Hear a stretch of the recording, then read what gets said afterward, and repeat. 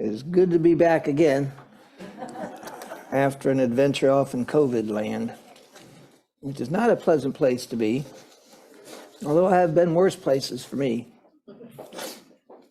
So I'm just grateful that Reverend Virginia was able to step in at such quick notice, and I really enjoyed her lesson last week, and she made some very good points. And so I'm going to follow up on one of the points. She mentioned will, that will is the power of the month. So I'm going to be talking a little bit about wild will.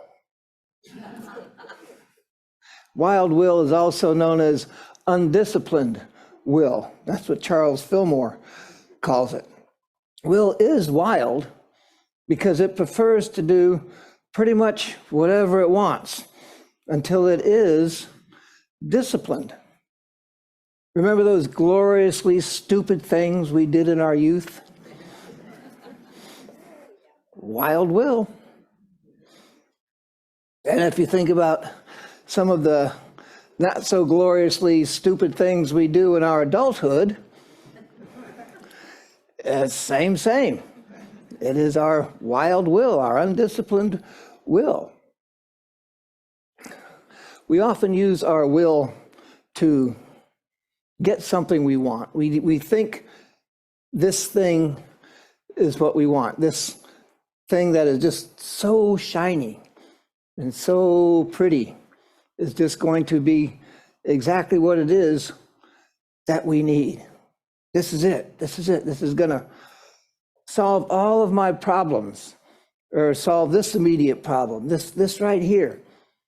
And we're simply going at it from our headspace, because it's obvious that if this happens, then this other thing that's going on is going to go away. It's just obvious. I can see that. I know it.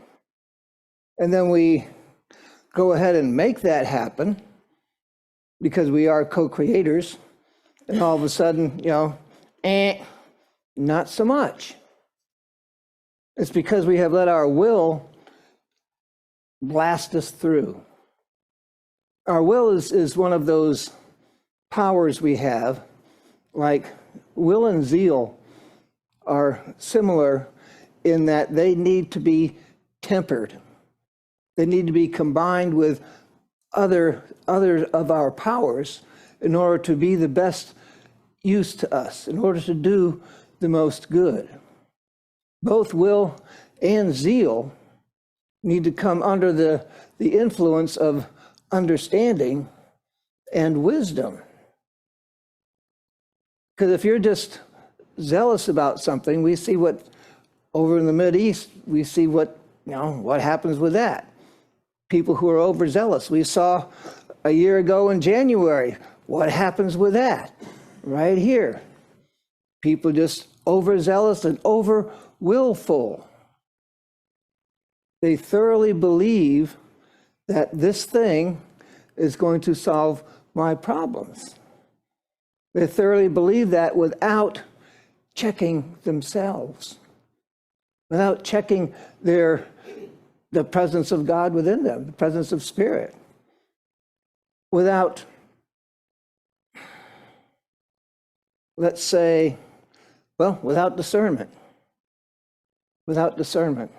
of what is this going to really bring into my life. Am I just going to be satisfied in this particular moment? Think that, yay me, this worked, and I'm all good.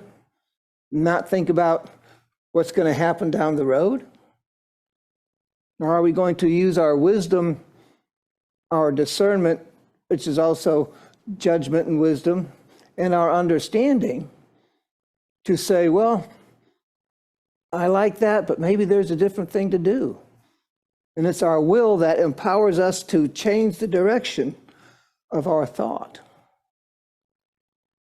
That's what your power of will is for, to change the direction of your thought. Now, it's important to remember, I mentioned will needs to be disciplined. Will needs to be disciplined and not broken. We don't want to have a broken will. That's one of the things that's more difficult with raising children, to help them discipline their will, but not break their will. Because when a person's will is broken, they react out of fear. They're doing what they think they're supposed to do, what they need to do, out of fear. Fear what will happen. Fear that they're not going to be enough, have enough, do enough. So with a disciplined will, we're working out of a more realized consciousness of all the opportunities and possibilities. We're working from the idea that God is good all the time, and that we are going to be guided to the right decisions. Like we can decide to do one thing and then have another thought about it, and then decide to do another. That other thought about it is your will and understanding and your wisdom, tying it all together. And how often have we done that? Decided, well, I'm going to do this, and then right when you start to do it, well, maybe not. Maybe not. You think better of it. You think better of it. And you do something else. That something else turns out to be much better, give much better results. That's because you use your will to redirect your thoughts from a want, a definitely perceived need. I need this, so this is what I'm going to do, to the greater picture. You're changing your thinking from a direct idea of lack to a greater idea of spirit. That's what will is about. That's what will is for. To make that change, make that movement.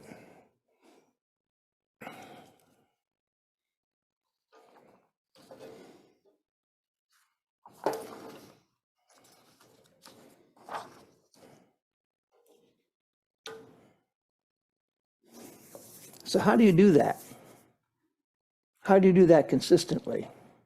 How do you consistently, as consistently as possible, as we're all humans and we're not going to do it right every single time, but how do you get good at it?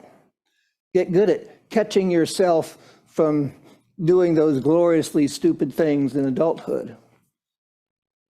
It's back to those 3 P's of spirituality. Remember what those are? Yep. Practice, practice, practice. Practice, practice, practice. That's how I have learned. I've, said, well, I'm going to do this thing. Then think, well, maybe not. Well, yeah, I'm going to do it. And then, damn, should not have done that.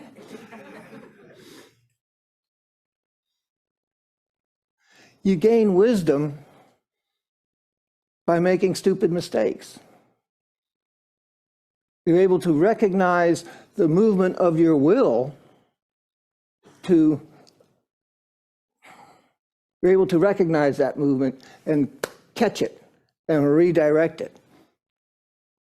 It just depends on how many stupid mistakes it's going to take you to be able to recognize it.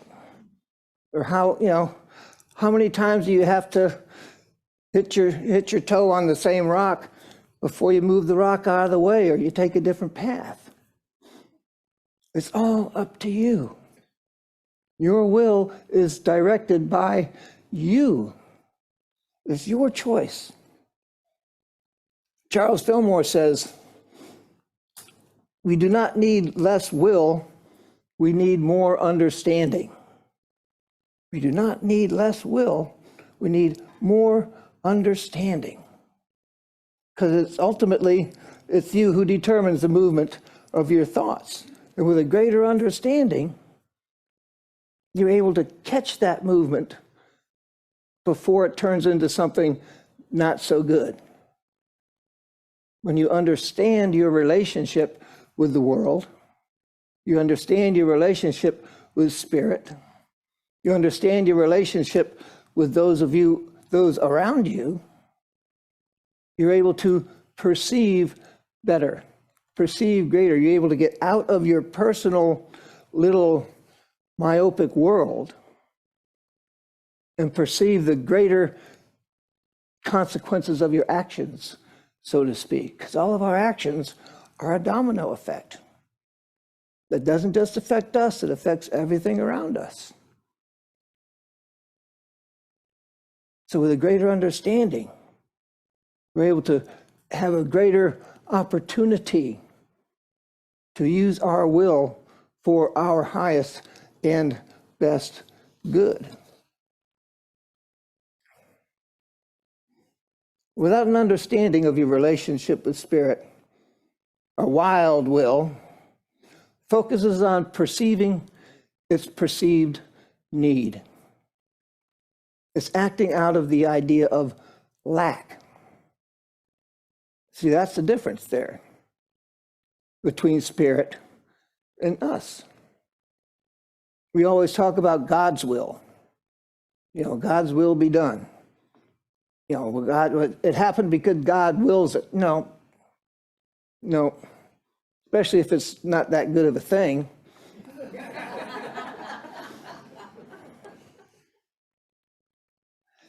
It usually happens because we did it. We willed it. And God being very goes along with what we want. God says, well, you want it, okay, we'll do that. Then it's up to us to use our wisdom and understanding to deal with it.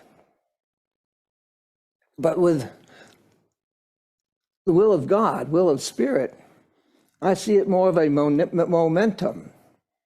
We want to be caught up in the momentum of creation towards wholeness.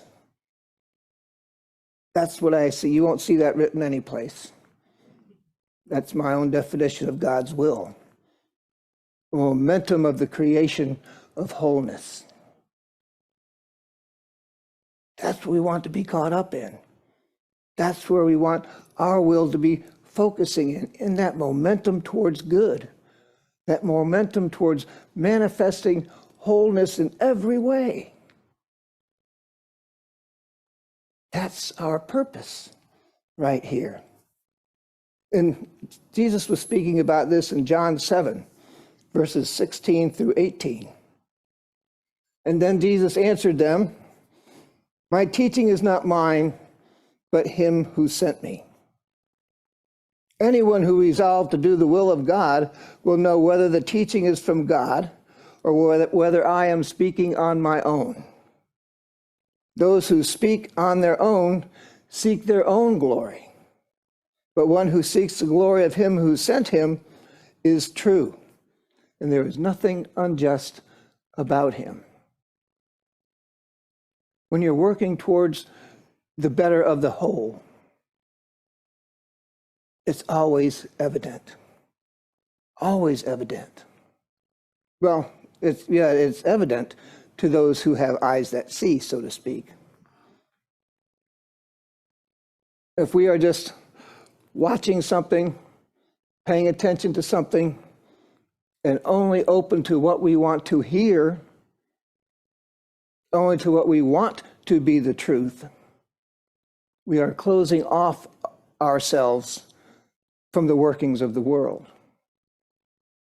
Because so very often, what we want to hear and what we want to be the truth is not. Truth with a capital T. It might be true in a relative sense, but true in the everlasting sense, so to speak, not so much. And sometimes we want something for ourselves so bad that we're willing to use our will to go against our own best interest, just because we think that is what it is that we need. That is what we believe needs to happen. when what we believe as individuals isn't necessarily a part of the great plan for whatever it is that's happening. Sometimes we need to suspend our beliefs and use our will to do that. Use our will to say, I'm going to wait and see. There's nothing for me to do right now. There's nothing I can do about this. So I am going to wait and see what opportunity presents itself for me, something that I can do to be a positive influence in the world. Sometimes we have to wait. And sometimes that waiting is the hardest part. I think there's a song about that, is there not? Waiting is the hardest part.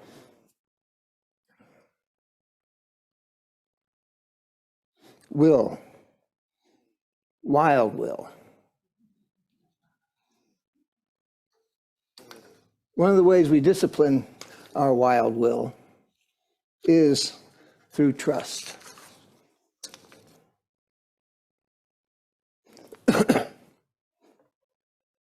Through trust, you put yourself in the position of letting Spirit do it. When you say, stop, wait, I'm going to just pull myself back, see what it is for me to do, that's what you're doing.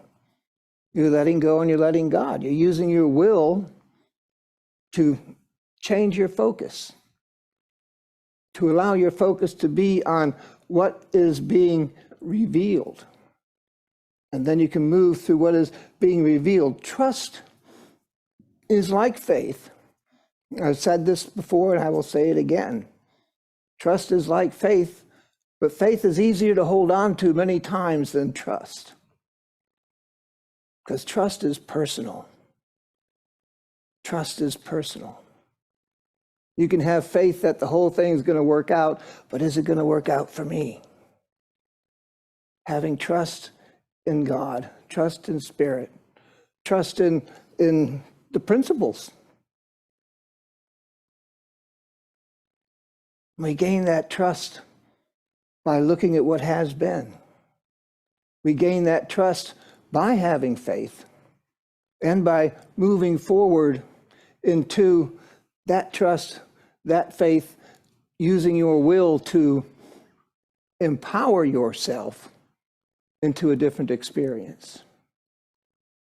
That's one of the main things will is for, to empower yourself into a different experience, into a greater experience of life. Imagine that.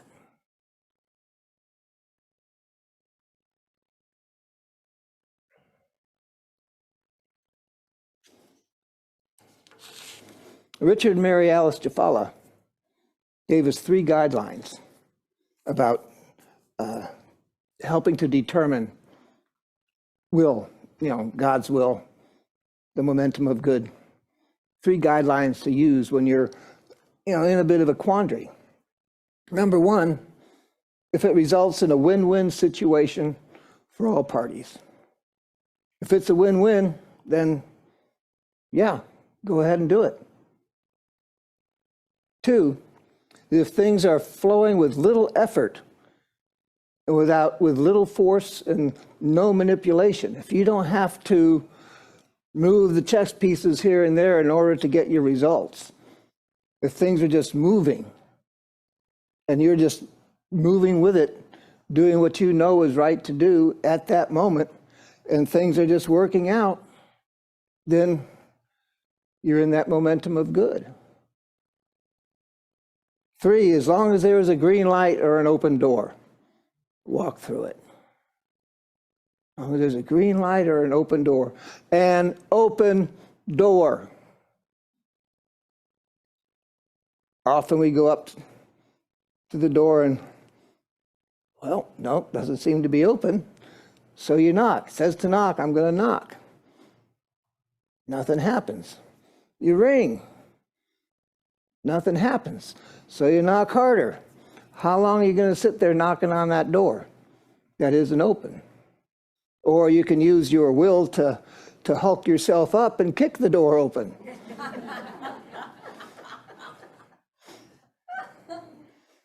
And we all know what happens then. So as long as it's a green light and an open door, go for it. Go for it. Because even if the results aren't exactly what you planned, the results are going to be good. It's going to lead you to something better. This or something better is what we're going for. This or something better. We don't have to use our will to focus ourselves on one particular thing. This or something better. And so often we don't get this, but our world is opened up to something better because we've used our will in a disciplined way. We've not let wild will bring us off into the desert someplace. This week, friends, keep that in mind when you're going through your decision-making process in your day-to-day life. If you're thinking, well, yeah, I think I really want to do that. If you're really, really adamant and you have emotions and feelings about it, stop for a moment and think, do you really want to do that? Allow your will to give you the direction for your thoughts, the direction for your actions, using your understanding and your wisdom to do what it is that Spirit would have you do. Is your baseline for your understanding want and need or spirit? What's it coming from? What is this desire coming from? Is it coming from fear? Or is it coming from a desire for more good in your life out of something other than fear?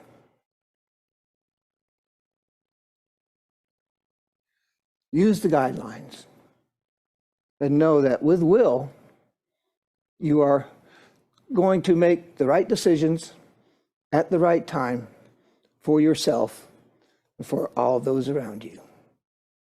God blesses you.